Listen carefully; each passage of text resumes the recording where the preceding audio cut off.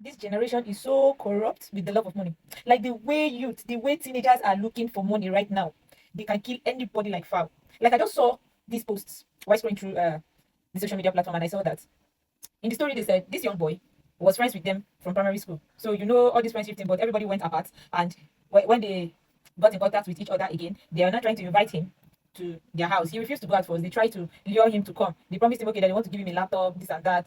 Okay, the boy had to come, and it was just a lie. They just lured him. They had their own plans already. The one that was very close to the boy, that know this 17 years old boy that was murdered, lied to the person they planned together that that guy was from a very rich home and they can adopt him and get some money from his parents, that they can even get up to 200 million. So the guy now said, okay, no problem. This is like that. I'm just trying to summarize it because the whole thing is very long. They now planned together, and one or two happened, and the guy decided to come visit them. So before the guy even came, they've already bought chains and bag, like Ghana must go bag. Yes, they've already bought them and kept in the house. So when the guy came and they tied the guy up, they started putting fear inside the guy that he has to cooperate so that they will collect money from his parents. That if he doesn't cooperate, that the way he cooperates will determine whether he will stay there alive or he will live there alive or he will not even live there at all. So the guy now was afraid. This was not what he came for now. So they tied him, they chained him up. One of them chained him up and they kept him. So they made videos of him and snap pictures of him. So the guy that was very close to him, that their family knows each other before that very moment, now called his associate, the other guy, and they went inside. He was telling him that this thing we want to do.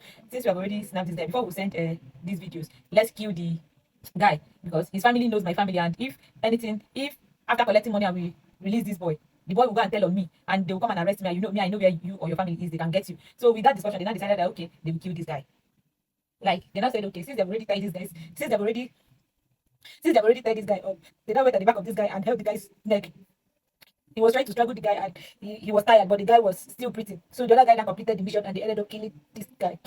They ended up killing this 17 years old boy that came to visit them in the name of friendship. I'm sorry.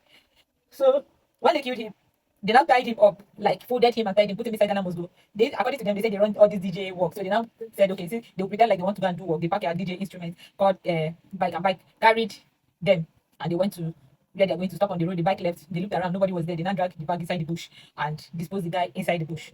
So they came back. That same day, one of them called, that's the one that is that's supposed to be very close to the victim, the guy they killed. Now called his father and told his father that he wants to come back with his friend to their places and that you need 15,000. They sent him money. He went back home. So when he got home, where to see the family and no, that was where he started calling the guy's family. Like it's a confession video. They refuse to show their faces. As you can see, they refuse to show their faces because they are already been apprehended. So he started calling, asking for 200 million. Out of fear, the mother was the first person that received the call. The mother said that they can afford that. What about 50 million? So he now got the call and they were discussing that if these people can accept to pay 50 million, that means they have money. Let's call them back and insist. So when they now call back later on, it was no longer the mother that picked the call. It was now the sister of the victim that picked the call.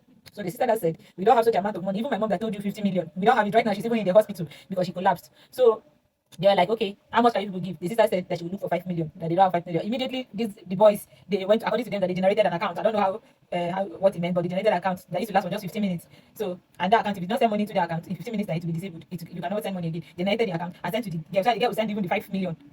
The girl did not send the money in 15 minutes and they disabled the account. When they called the girl said they don't even have the 5 billion, that they don't have the 5 billion, that the only thing in her hand was 200,000. So she now said, okay, that is coming to give her. So when he was discussing with the girl about the 200,000, the fellow, his associate that followed him to kill the other boy was not there. So you have to rush outside the town because they were staying inside the remote area. He now went outside the town to look for POS. So POS, you have to be careful. Be careful about the people that you collect money from. He collected the POS account and sent it to the girl. The girl now forwarded the money. The girl now forwarded 100,000. He asked the POS, can you give me cash? Yes. He's collected the money from the account from the POS and gave to the girl. And the girl sent him 100,000. So he said, okay, can you still give me cash again of another 100? He said, yes, collect. So they were able to transfer 200,000. So he went on thinking that everything was fine, that they have won. So he said later that evening, he now saw a jeep. They had never seen that kind of jeep in the area coming towards his direction. But when he looked at it, he said they have never seen, but he did not know what was happening. Not until they stopped and they behaved like they wanted to ask him for direction. That was how they held him. They apprehended him. They caught him. Maybe they tracked him. Who knows? Maybe they tracked because they were using the dead boy's phone to contact them. So maybe they tracked him. So guys, we have to be careful. We have to tell our children to be careful. We have to tell our brothers to be careful. The world is really, really turning to something else. You don't know who can kill you because of money. So that innocent boy died. At the end, that boy died for 200,000. 200,000. That was the end result of killing. And these people are now begging that the government should pardon him. Please don't pardon him because these people are heartless. They can do it to someone else. Don't pardon them.